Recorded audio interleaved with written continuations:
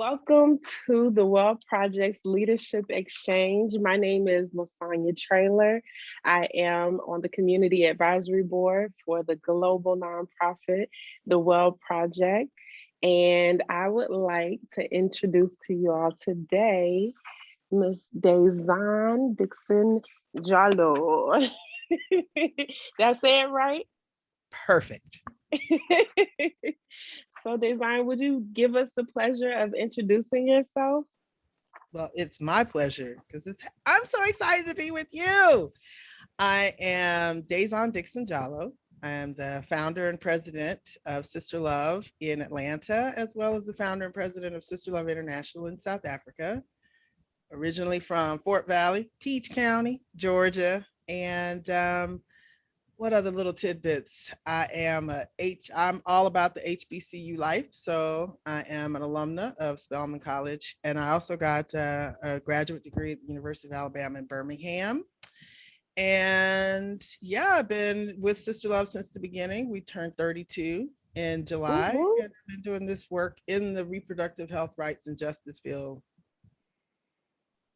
Trying to do the math, 37 years? Yeah, something like that. I Started when hope I was I, two and a half. I hope I don't make you feel too far gone when I start talking about my age. I don't. I love it because, I just remember I started Sister Love when I was 24. So I'm still, 24 and 30 something. Well, the reason I've done this is my second leadership exchange, and the first one that I did was with a lady by the name of Vignetta Charles, and it was my first time ever meeting her. And that time I got to discuss youth. And youth is a passion of mine because I started as a youth Mhm. and I have children. So I'm still involved with young people, and it has always been a passion of mine. But this time, I get to interview you. And the reason why I asked to be able to interview you is because I really look up to you and I admire your legacy that you've one created and the one that you will leave behind. And I think that just by living right here with you in Atlanta, serving women, not just women living with HIV, but women as a whole, I thought it would be very unique to be able to have a documented, published interview exchange with you as the leader and mentor that you are for me. So that is the reason why I wanted to interview you. And let's see, would you mind sharing why you may have wanted to interview me in exchange? Well, really, the main thing is it was asked, and I don't remember telling Lasagna no in my life, so I don't think I would. But any opportunity to share the learning, especially intergenerational, is really powerful. And you bring that for me. And just to have a chance to have this conversation, because some of this is going to be like where we were and where we are. So I really like that because I think that your journey is so powerful. It's fascinating. It is meaningful for so many different people who understand not just what it's about with the HIV story, but what it's about being Black and female, dealing with chronic stuff, dealing with, all the things that go on in our lives and in our world, and still be not just resilient, but be resistant and be revolutionary and make change happen no matter what happens to you. And that is why, because it fascinates me. I think you fascinate me. So that's it. And you're one Oh of my gosh. babies, and why wouldn't I Oh have? my God. And I'm going to use this one on you since you had all the R's in there. I'm nothing more than a reflection. And so it is. There it is. I'll show. So Oh, she let's be get listening. started. Oh, yeah. Oh, yeah. Oh, I yeah. like Oh, that. yeah. Yes. I listen. As a young person, a lot of times our elders think that we're not listening because we're not reacting immediately on what was said or taught to us. But it eventually is rooted in us, and it takes time for it to get watered and soiled and grown. And Mhm. so, yeah, it took some time, but I do utilize that word when people compliment me. And I learned that from you. I learned that from you doing the interview with you. Mhm. I remember that. The So truth. and it sticks with me. It helps me a lot. So I love you and I so appreciate you. Um, well, with that being said, can you describe how and why you got started in the HIV field? Yeah. So it's a funny, there's the real part of the story, which is, this sort of trajectory from a particular place that I would not have been able to predict. But when I go back on it and I tell the story all the time, people are so what got you started? And my first answer is always Rock Hudson. And that usually gets you that Scooby-Doo kind of what? I don't understand that, especially if it's from young people who don't even know who Rock Hudson is, right? Yeah, who is Rock Hudson? Exactly. Right. So let me start out there. So Rock Hudson was a white guy who was an A-list actor.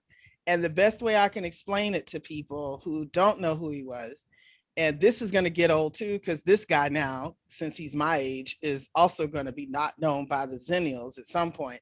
But the way I give it is that, so Rock Hudson was like the Brad Pitt of the 50s and 60s. He was the leading man in all of the best movies kind of thing. And all of the leading ladies wanted to play opposite him and be his supporting whatever in their movies, including Elizabeth Taylor, who actually then started an AIDS organization because one of her dearest friends, Rock Hudson, disclosed his status. But on the day that Rock Hudson told the world that he had AIDS, and that was in July of 1985, and it's odd that it's actually the same as Sister Love's birthday years later, but he announced his AIDS diagnosis. And I, at the time, was working at the Feminist Women's Health Center here in Atlanta. I was actually answering phones that day when the local AIDS organization, Aid Atlanta, called, because for whatever reason, once Rock Hudson made that announcement, now all of a sudden women's ears are perked up and they're very much concerned about AIDS in their lives. I started going, well, what did that have to do, y'all? Because evidently they didn't associate Rock being gay and having AIDS at that time, and should not have had to, quite frankly, because that's a stereotype that we're still been trying to get rid of. But in that day, that's what it was. Because in a guy like that disclosing his AIDS diagnosis, he was also kind of sort of disclosing his sexual identity. That's not the same for Magic. That's another conversation. So, but anyway, when that happened, even when they called us at the health center, and they called us because they figured we might have some idea, we didn't have anything. We didn't have any clue. AIDS wasn't even on the radar. And this was at a reproductive health clinic. That in and of itself was a problem. So that's really how I got started, because we went and volunteered over at Aid Atlanta to help them put together a women's prevention program. And we created a lot of stuff with them. I volunteered with them for a couple of years until they got a new executive director who had no love for the women's issues, the women's stories. He didn't care. And I say that very clearly because it's the truth. And dropped it, and we picked it up he dropped the whole program. So we picked it up at my organization, and that's how long I've been doing this work. If I threw in the prelude to that part of the story, when I was between my first and second year at Spelman College, I had the amazing privilege of being on campus at the moment when Billie Avery and so many women hosted the very first ever national conference on Black women's health issues. And it was on my campus. And I got swept up into that movement, and I have been a member and a part of that Black women's health movement ever since.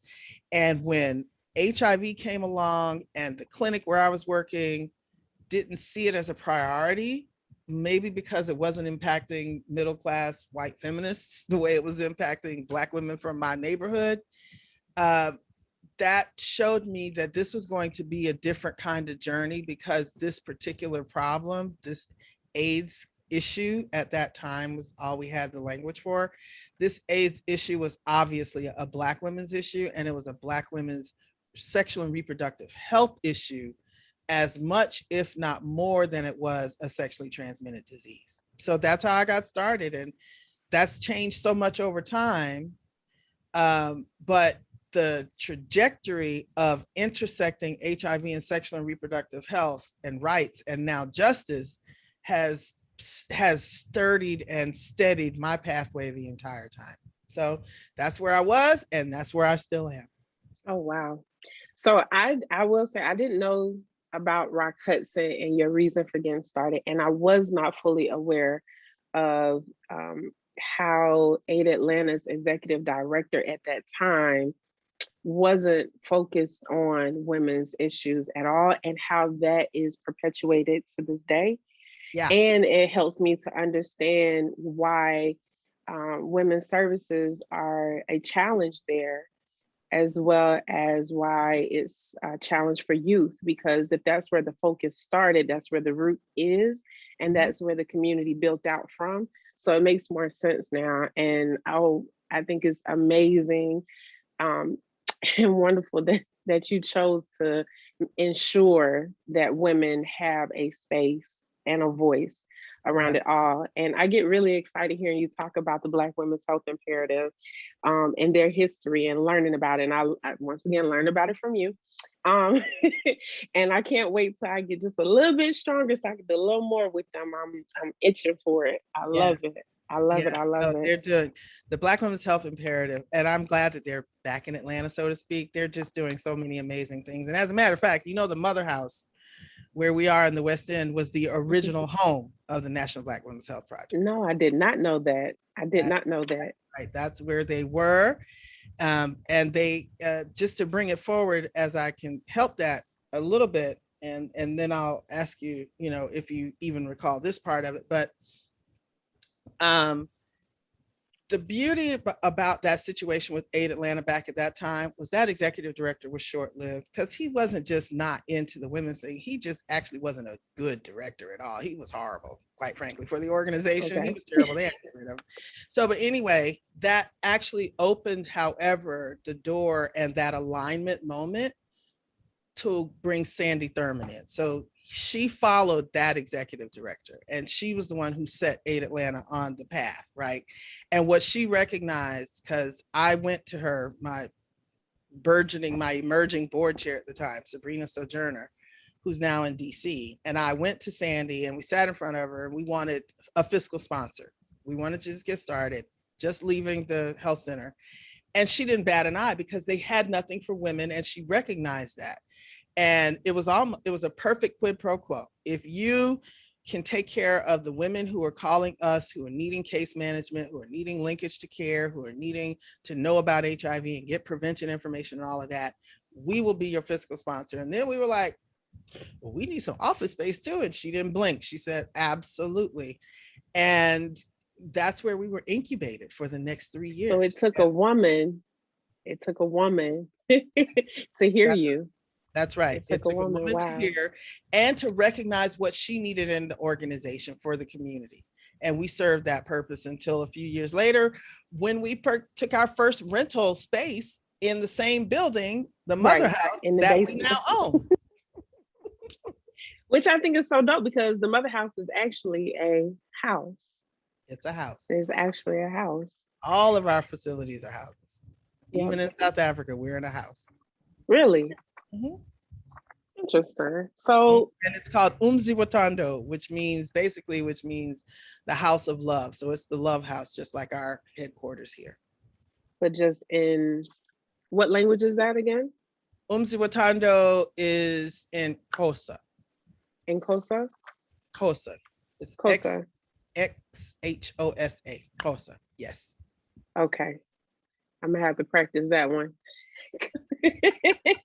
The X and the H. I'll have to practice those clicks. Yes.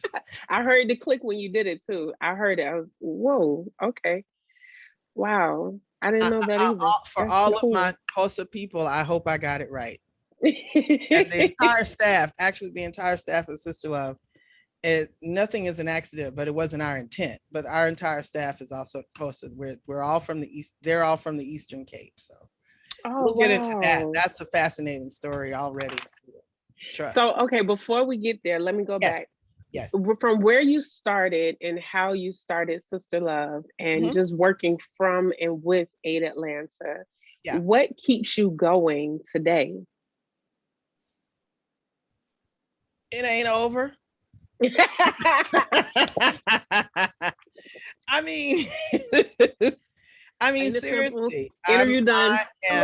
I'm in it to win it. I am in this until it's over, even if I'm finished before it is. I'm just here. It's But funny that you really, said that, because when you say it's not over, you're in it until the end. One of the mottos or mantras that I use is until the last one. until the last one. That's Hmm. absolutely, that's right. And for me, it has there's that thing, which is when you know your purpose, once you figured it out, once the universe, once God has given you the vision to know this is why you're here, this is what is expected of me while I'm here.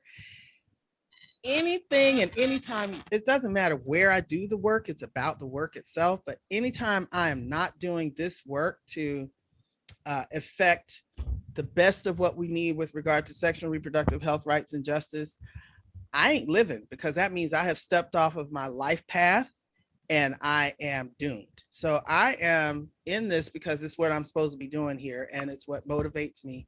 What inspires me, of course, is the fact that I'm working with so many amazing souls who are faced with HIV and any of the other life impacting, life affecting challenges or traumas that they live with. They're going to live with that for the rest of their entire lives. And for those of us who are doing this work and are committed to seeing this come to an end, have to have some commitment to being engaged in it in some way for the rest of our lives as well. So that's just how I see it. You know, when you talk about that trauma part, can you speak to the importance of serving, Hmm. um, and ensuring that program for women living with HIV is trauma informed in that service? Yeah, hold on. I just want to make sure that the fan isn't making too much noise in the mic. Okay. So, yes, I live in Atlanta with no air conditioning. Uh yeah, I get by. It's all good. I got trees and fans. Um so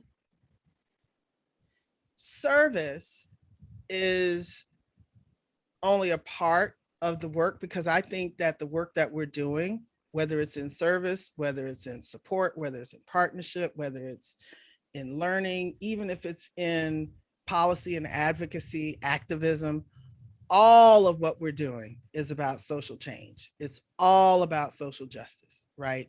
And so that's how I see it. And that's how I see the whole epidemic, really, that HIV is a virus, but the the world, the whole thing that's considered sort of like an HIV universe, it's about this virus that brings to light so many intersecting issues that we could be working on in silos, but with HIV, we're able to create a space to work on a whole bunch of issues at the same time.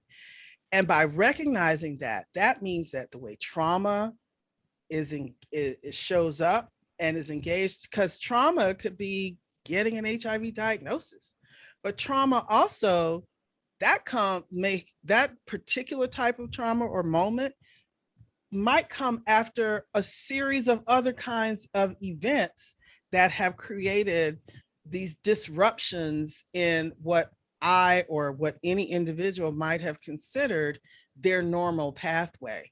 And that disruption was so intense and so deep and so impactful that it then becomes almost sort of like the virtual part of your DNA, right? And that's Right. why trauma informed programming, trauma informed services are also a part of social justice and also a part of social change and are a part of the human rights specter, if you will, or spectrum. And so for me, that's how I look at why everything has to be informed by every part of the lived experience. The way it, and it's so it's not just trauma, but trauma is just as important. My thing is the service work that we do is not just trauma informed, it's what I call informed by the lived experience, right? everything that someone has experienced is data. It is indigenous expertise. And that if we don't understand a story, not just one piece of it, not just how you got HIV, not just what you're doing that may put you in a position where you're contracting HIV, or what you're doing to be well living with HIV, that's just one tiny piece of it. Trauma is even one tiny piece of it, but those tiny pieces take up big space. And so if we're not dealing with all of the pieces that are taking up space in your story, then we're not actually helping achieve the real thing, which is not just surviving something, but thriving through it and then being able to be your full and whole self, regardless of what lived experiences you're walking with. So creating the programs that are going to help you, help anyone find their way to their whole selves, that's what I consider being informed by the lived experience, inclusive of trauma. Does that make sense? It does. It does. And I'm gonna have to apply that part. Yeah, you know what I mean? Inform Well, let's lived talk about it, experience. because if I look at your own pathway, there are parts to an experience, right, that brought about early pregnancies in your life when you had a plan, right? Hmm. So first, as my nana would say, man plans while God laughs, right? And so here you had this plan for yourself. I'm going to school, I'm going to have this kind of career. And not that it was traumatic to have your children, but to not be on the path that you thought you were set for, I think had some traumatic effect, right? Yes, And then absolutely. comes HIV, and then comes struggling with all that happens with being a young mother with that. And then along comes your heart saying, hey, you working me too hard, and I'm not going to keep working for you for a little while until you sit your behind down. So if I know So all you of just that put me about out you, there. if I know that about you, my question then would be, which should be probably to any woman and any person we're coming across, is how do your own traumas, how does your own story inform you in your practice, in your choices, in how you get engaged or not? Because you are that unique. You are in that rare group of people who don't just get through something and keep moving in life. You get through something and then get engaged in that something, right? What is that? How did that inform those decisions? Tell me, please. I'm still trying So, to understand that part. you talked about that God-given piece. For me, when it comes to just how you broke it down, I did not disclose that I was living with HIV in our interview. I realized that in the beginning when I introduced myself, it was a second thought. It, but it needed to be said because now if someone watches this, they'll say, okay, she's a CAB member. That's cute. And then they're like, I wonder why did she get involved in HIV, right? And then by you mapping out all of my traumas and understanding that for me lets me be able to see it in a healthier way so that I can pull it all together and say, oh, I could put this to use. But for me, it has never been about me. It has not. I would the That's moments the that other I part. That's the other part. the moments that I try to make it about me, I'm more miserable than anything else.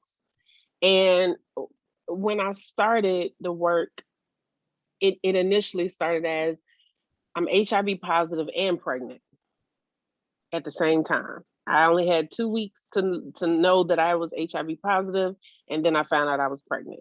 So there wasn't much to process, and I was 23. I'm like, all I'm trying to do is go back to school. I just want to finish college. I got 2 years left. What is this? This is not in my plans. God, what is this? This is not right. However, I had a friend that I went to high school with that once I had given birth to my daughter, I found out that he had transitioned. He passed away. And I'm like, we're only 22, 23 years old. Well, how did you die? And people were whispering. And we had a mutual friend from elementary school that disclosed to me that, don't say anything, but he has AIDS. He had AIDS. And I said, okay.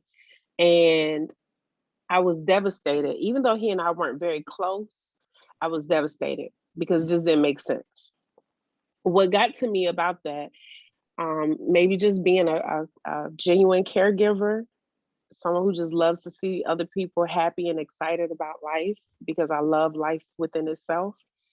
Um, I was regretful in a sense that I did not speak up and share my status, where I understood what it meant or what it felt like to be isolated and loved at the same time Mm, with HIV, mm, to have a heavy level of self inflicted stigma, you know, and to not want to be bothered and not want to take medication, but for him to know that he had transitioned from uh, this virus, it didn't make sense to me. And I said, you know what? There's more to the story. And I found out that he identified as a gay Black man. mhm. And he had already told his family and friends that, okay, if I decide to be gay, you're telling me I'm going to get HIV. Oh, well, I'm going to live my life. And for me, what was devastating about that is just because you're gay doesn't mean HIV is a part of your demise. It doesn't have to be. And I felt like if he knew that me, a heterosexual Black woman living with HIV and pregnant, that known since elementary school, if he knew that I had HIV, maybe he would still be living. Mm, But I also think that if I did that, I probably would not have gone public. mm, mhm. It Yeah, was his death that made me say, oh, he ain't the only one. Something's not right where I live. yeah. Something's not right about other people, because if I got it, it means a whole bunch of other people where I live has to have it. I How cannot about that? be the only one How because I about was getting tested regularly. And I found out as I started getting involved because I was angry that something ain't right.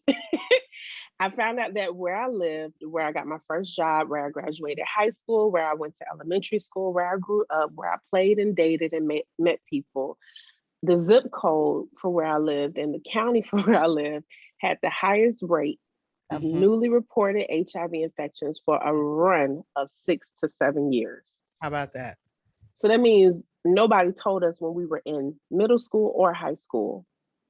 Nobody told us. And that's sort of like it may as well have been in the water. That's what people have to understand. It's like you don't have to do anything when there is that kind of what they at one point called the community viral load, right? If it's in your community at that level, you don't really have to do anything that anybody else is doing, right? In order to, you can actually run up on it, even if you're trying to do all the best things for yourself, right? And Yep. let me check myself, Masonya, and do this because, maybe too comfortable in the environment that we're in and the conversation we're having and the organization that we're doing this in light of and in partnership with.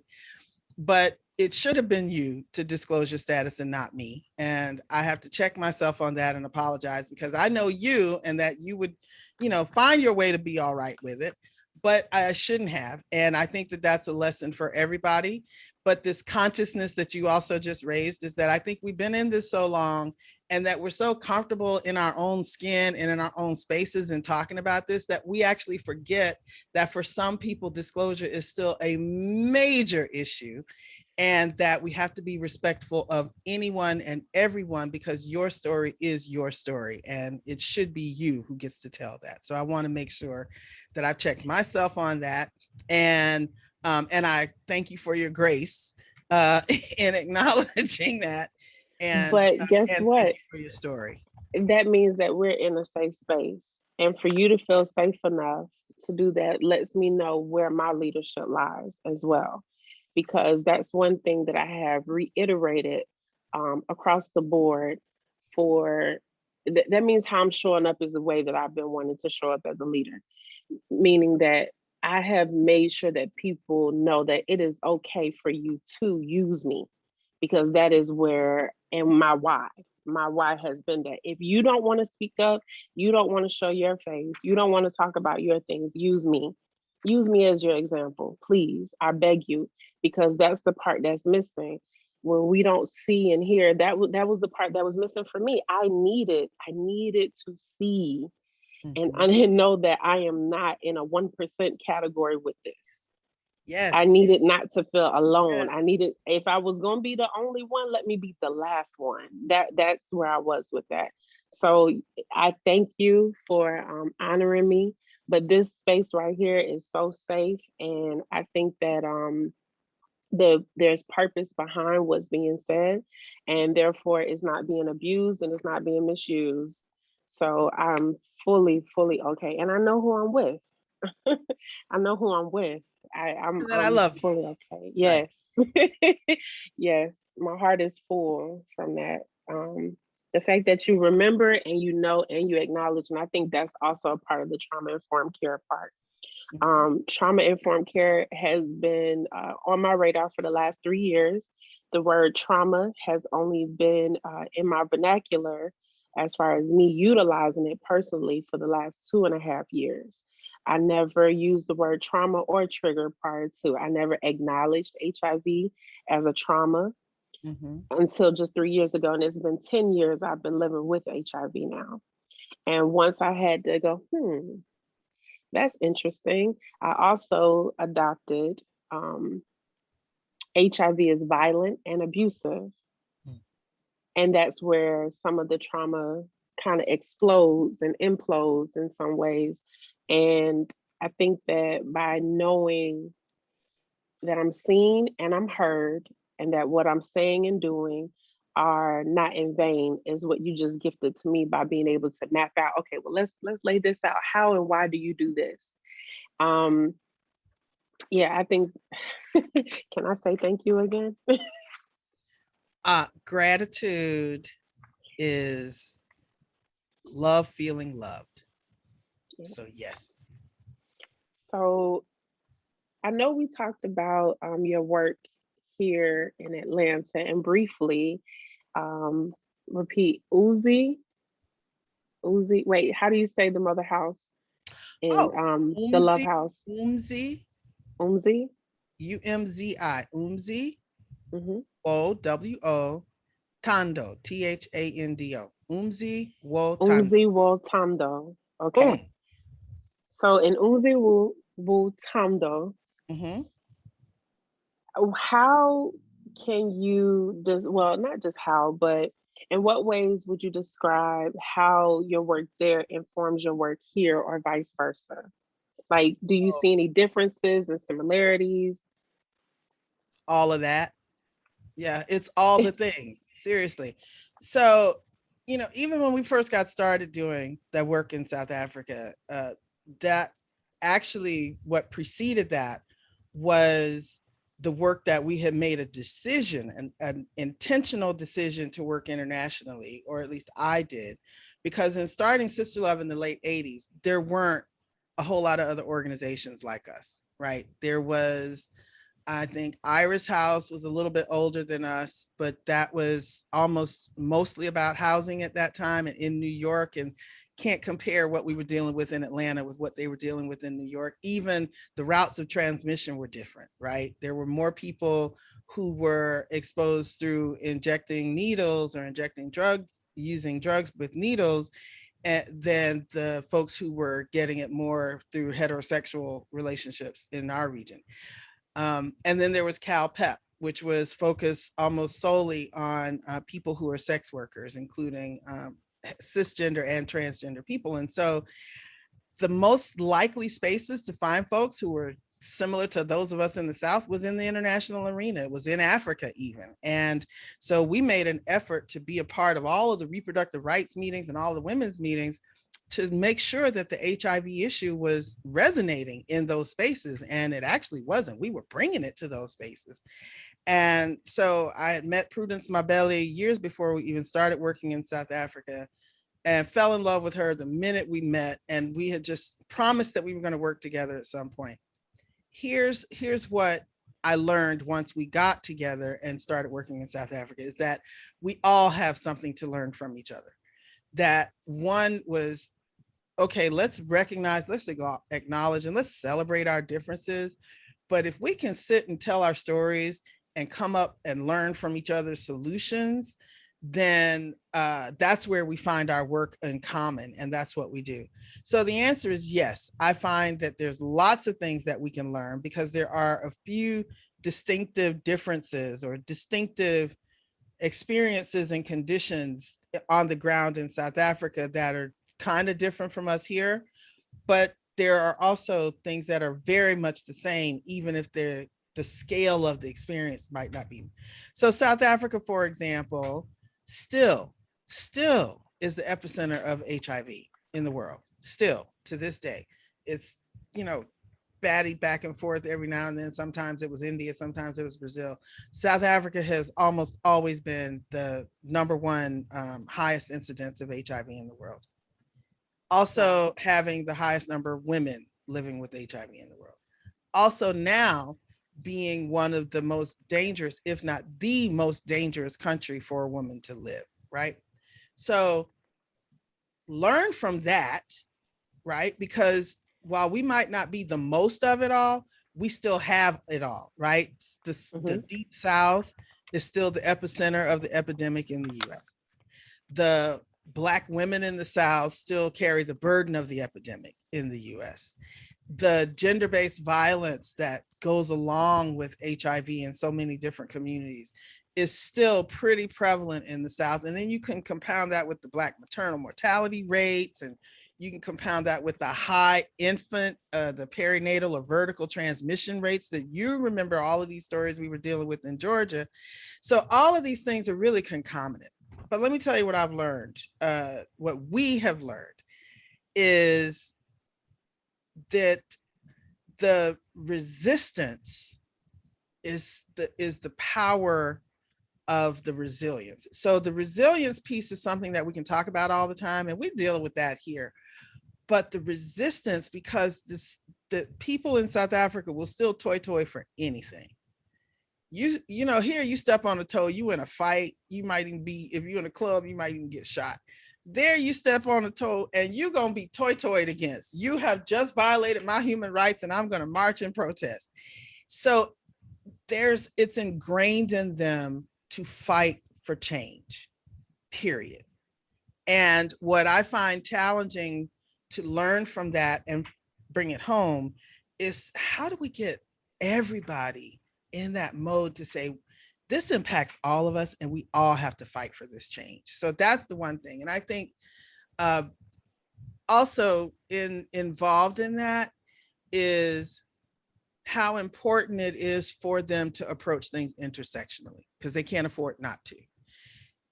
Adolescent girls and young women are the predominant population of people impacted by HIV in sub-Saharan Africa, writ large across any group. And if you think about education attainment, if you think about the level of inequality and poverty, you think about the different cultural things, practices that are involving young women and girls, and then you compound that with gender-based violence and HIV, you cannot address one issue versus the other. You have to figure out a way to do all of it. And so that's when I adopted, well, women, even here, we live intersectional lives. So our responses need to be intersectional as well. So that, I think, is also one of the biggest important things that we've learned. And I think what we've shared the most is that you don't accept the status quo, right? I think that's a part of what we've shared, in that if it's not being provided for you, you can build it yourself. And that, I think, is something that women have learned in a different kind of way. Not that they weren't organized. I mean, like Prudence Mabeli, she had her organization in the early 90s, not that long after Sister Love. But the sense that, because women are consistently told about who's supposed to be leading. I worked with so many organizations in South Africa where all the women were working, and in instances voluntarily, like full time, and the men were running everything. And even when they started getting income into those organizations, the men would pay themselves. There might be a new pickup truck in the driveway of the office, but the women were still not getting paid. When the women were running things, everybody got a little something, even if it wasn't much. That I think is something that we were able to share, to say that we can all run this stuff. We do not have to Mhm. wait for somebody else to do it. And I have seen so many organizations by young women and other women start to grow and pop up in South Africa. It has just filled me. Not that I had anything to do with it, just to think that Sister Love, in partnership with some of these groups, um, we actually helped a group get off the ground in South Africa when we first started working down there, because we wanted it to be there. And so, how did we help you get there? This was the Society for Women and AIDS in Africa. We supported that, and I'm still proud that we did that. Wow, that is so dope. I didn't know about the that second part. Um I think that wow, that's a lot. That's a lot of work. And when you brought up the fact that I experienced a heart attack and having to sit down, I promise you, if you knew how much you use your heart, if you only knew how much you use your heart, I wonder if you would say no. And I don't think so. You'd be just like me trying to fight to get back up again. Like, nah, heart, let's go. We got some more we trying to do. We had some Yeah, plans. yeah, yeah. Got to get some stuff done. But yeah, wow. So, as a well-known leader, one as a well-known leader across the board, not just as a woman, but as a well-known leader in the field of HIV and women and reproductive justice, can you describe your leadership style? And if you have any tips for emerging leaders?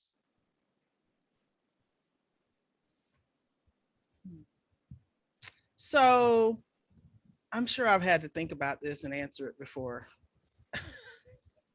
But so my leadership style tends to be, and I don't think of it so much as leading from behind. But the first thing about my leadership style is uh, knowing myself, knowing my issues. That's the first thing, most important.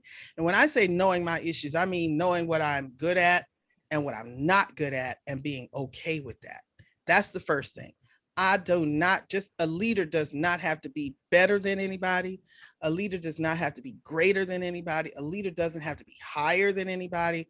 A leader just has to be able to have ideas, have a vision, communicate that vision, and have other people who share that vision join in the work to achieve that vision. That's my approach to it. I don't know if that's a style, but that's my approach to it. It is actually a style.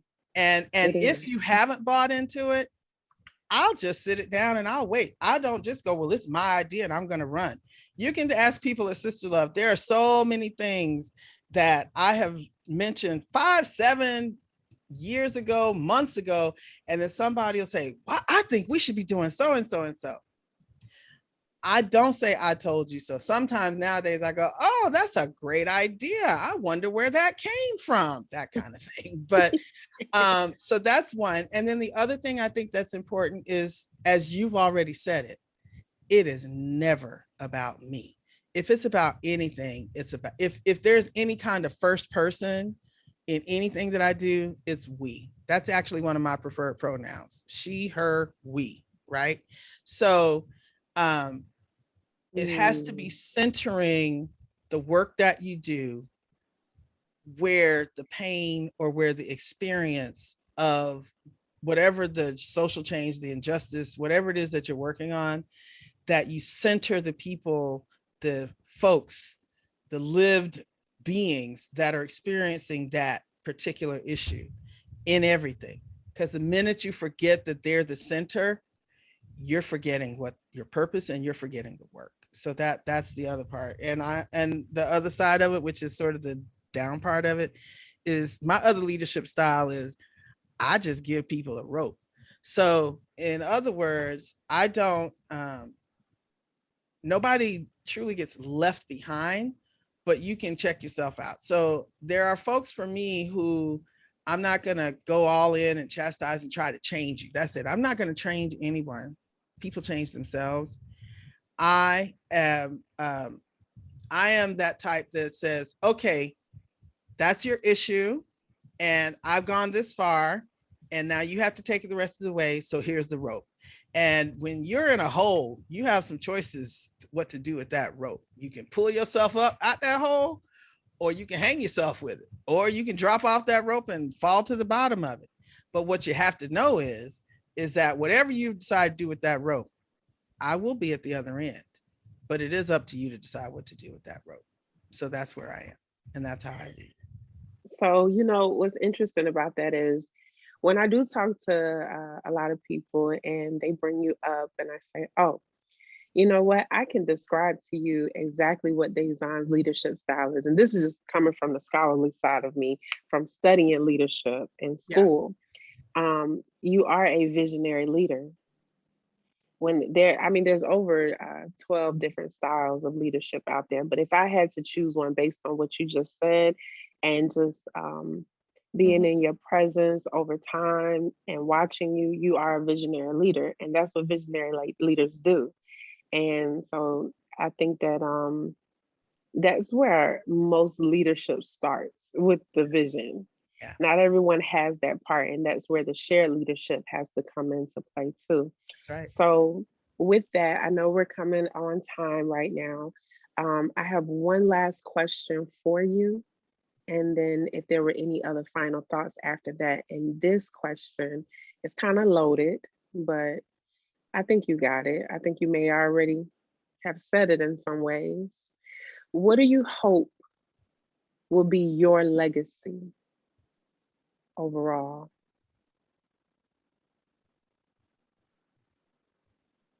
So let me step back first and say that I don't argue with you on the visionary leader. I'm that sometimes to a fault.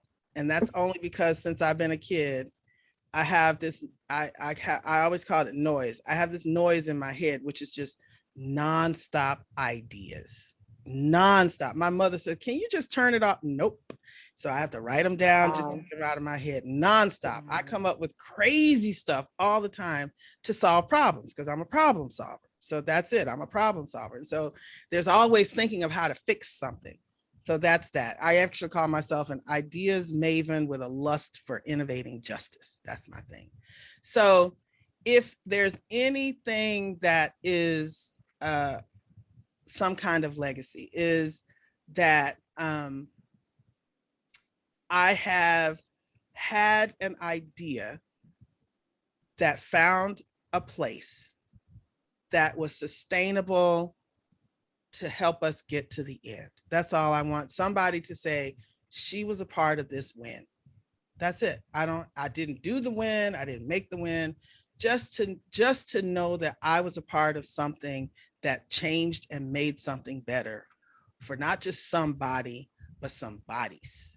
That's it. I really want something that I've been fighting my entire life to actually have made a difference for some bodies. And that's all I need. She, her, we. I think I'm going to utilize that last pronoun when I put it in my Zoom and introduce myself. It feels That good, doesn't it?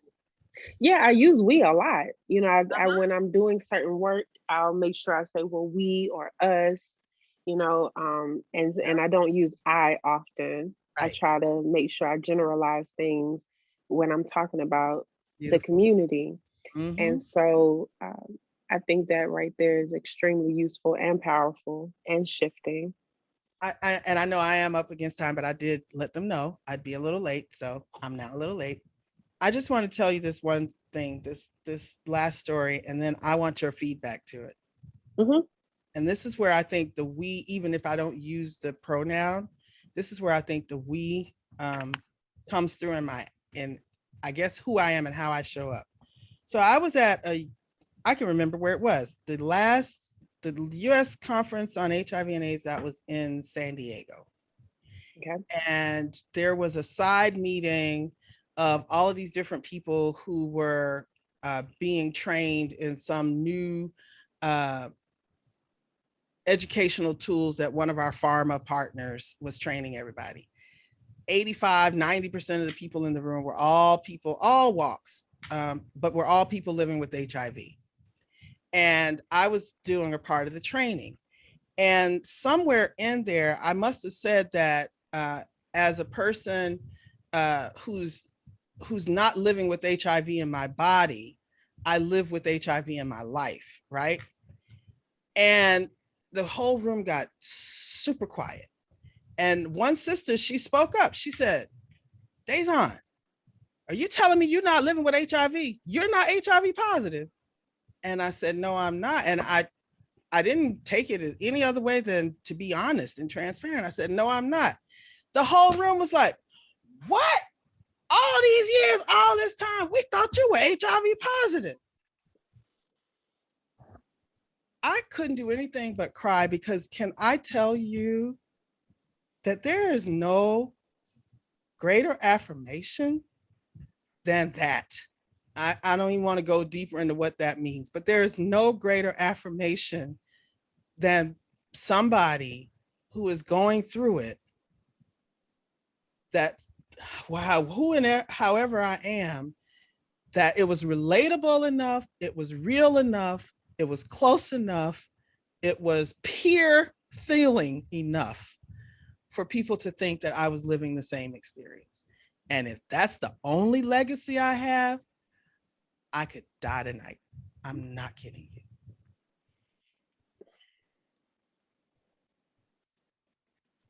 you.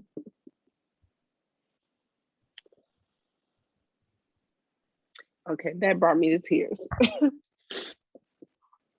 Me too. So I don't know what that meant to the people in the room, but I can tell you what that meant to me. That's huge. I know for me, I get the opposite. So it's probably gonna take me some time to process. Um, What do you mean by you get the opposite?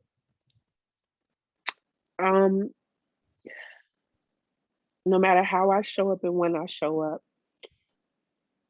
90% of the time, people don't think I have HIV, even when I show up as a peer. When I go to the doctor's office and people see me, they think I work there. They think that I'm a pharmaceutical rep if I'm dressed up.